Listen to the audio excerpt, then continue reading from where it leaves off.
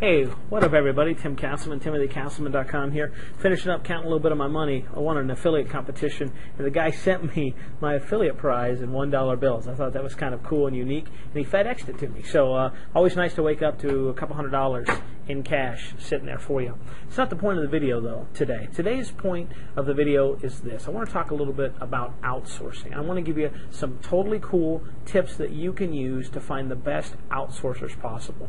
You know, I've had mixed luck with outsourcing. I've had great assistants. I've had horrible assistants. I've had great technical designers and horrible technical designers. I've spent and lost thousands of dollars, and I don't want that to happen to you. So I thought I'd share some really cool, easy tips that you can use, right, to make sure that you get the right outsourcer. I wrote a little cheat sheet here, so if I reference over here, don't freak out. Just don't want to forget anything. So let me tell you the first thing I recommend that you do, and that is this: flat fee only. Okay, a lot of people out there want to work hourly, and that's great for them, bad for you. And here's why it's bad for you. Two reasons. Number one, it puts you in competition with that person. You see, when I employ someone hourly, I want them to finish as quickly as possible while they want to finish and take as much time as possible. So I'm kind of butting heads with them, saying faster, faster, faster, and they're going slower, slower, slower because they want to make more money. So flat fee only. That way,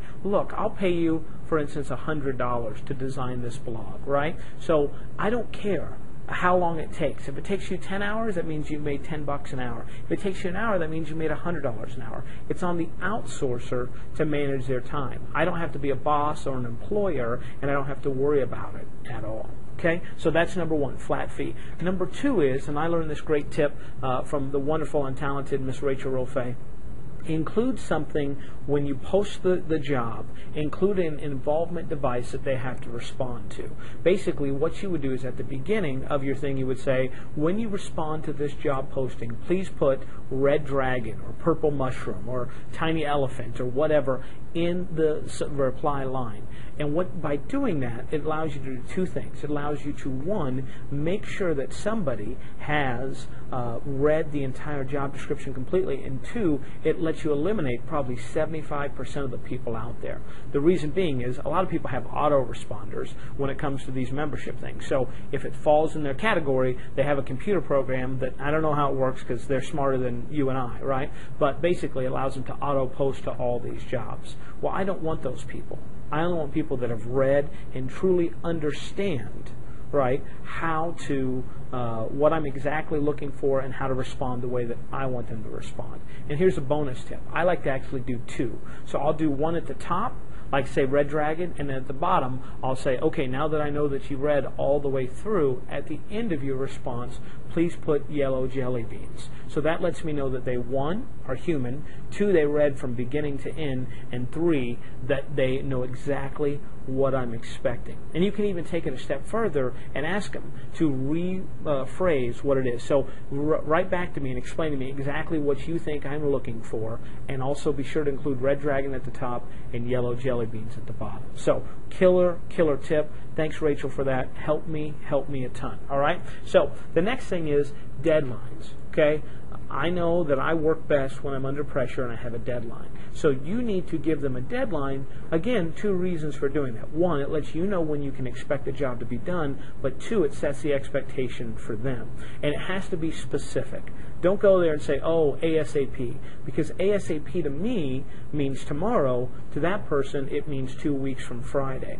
My point being is this, okay? You definitely want to give them a deadline. Make it realistic, and also, right, another little bonus tip for you, if you need it fast or you want it quicker than the deadline, incentivize the person. So basically say, hey, I want it done by the 24th of this month. However, if you get it done before the 24th, I'll be more than happy to bonus you an additional, and you can do a flat rate or a percentage. It's totally up to you. I've done both. It really depends on the job. If you're doing a small flat rate, like say on Fiverr, right, then say, hey, I'll give you another $5 if you can get this done within 24 hours. You'll be surprised that people respond to money. And again, it doesn't cost you that much. Just a few bucks or a few percentage, but you can get it done quickly, okay? So we've got the thing they need to say in the response. Okay, we've got the flat fee. We've got the timeline.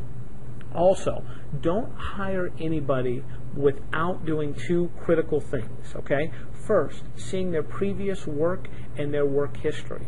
So great sites like Odesk allow you, right, to see what their portfolio is, jobs that they've completed in the past.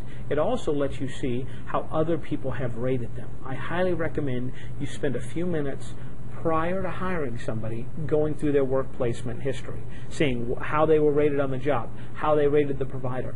Is it something similar that they've done in the past? So if you're asking them to do simple data entry, have they done data entry stuff in the past? I'd hate for you to hire someone thinking they have the skills and they truly don't. So work history. Number 2, samples. Okay, that's definitely key. All right, and number 3 is, right, so you got their work history, you've got their samples, okay, you also want to check their responsiveness. And what I mean by that is, how responsive are they to your emails? So if I put a job posting up today on, say, Odesk or Fiverr, I email somebody, do they get back to me in 24, 48, 72 hours? Now, I'll be very honest, I'm very particular. I like people to respond very, very quickly to me when I'm hiring people. So if someone waits 48 or 72 hours, unless it's a good excuse, like, I don't know, a national tragedy, right, I'm probably not going to hire that person.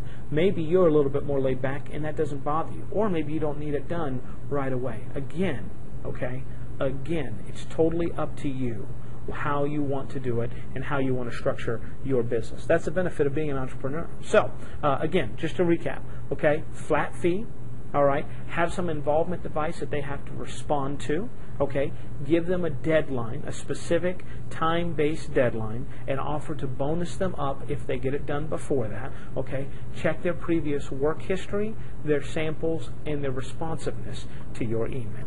Now, if you like that, I got something else I want to share with you. My buddy Matt Rhodes has recently released a program called The New Rich, and it's all about outsourcing. And the great news is it's dirt freaking cheap. Now, let me be honest with you. I'm jealous of Matt Rhodes. That's right. I'll be honest, I'm jealous. You know why? Because that guy doesn't work at all. Every time I talk to him, he's like, oh, yeah, I'm going to Australia for 6 months. Oh, I went to Vegas. Oh, we went down to Mexico for a week. Oh, this, oh, that. He's always on freaking vacation. I don't see how this guy makes any money.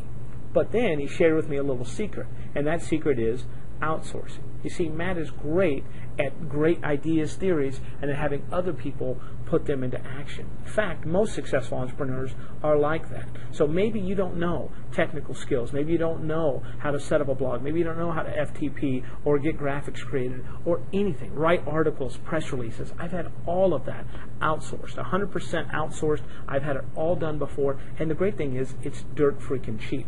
But just like I told you in this video, there's a lot of pitfalls and a lot of things that you need to avoid. Well, my buddy Matt has compiled a program that is going to help you avoid those landmines, help you avoid losing money and wasting time, and help reduce the frustration. So there's a little link probably below this video, or if I've gotten fancy, it's actually probably at the bottom there. You can click on it to check his program out. Now look, everything that Matt puts out is top quality. Okay, I've bought several of his programs. He is a great content provider, and this is no exception. I also believe that Matt is doing one of those evil dime sales, right, where every few sales the price keeps going up higher and higher and higher. And truthfully, I don't want you to get screwed and get a higher price than you need to. So the faster you click on the link that's below this video, or right here if I got super fancy, right, then the less you pay. And the less you pay, the happier you're going to be and the happier I'm going to be. So if you enjoyed this outsourcing tips, want to learn more about how you can use outsourcing in your business to save you time, energy, money, and frustration,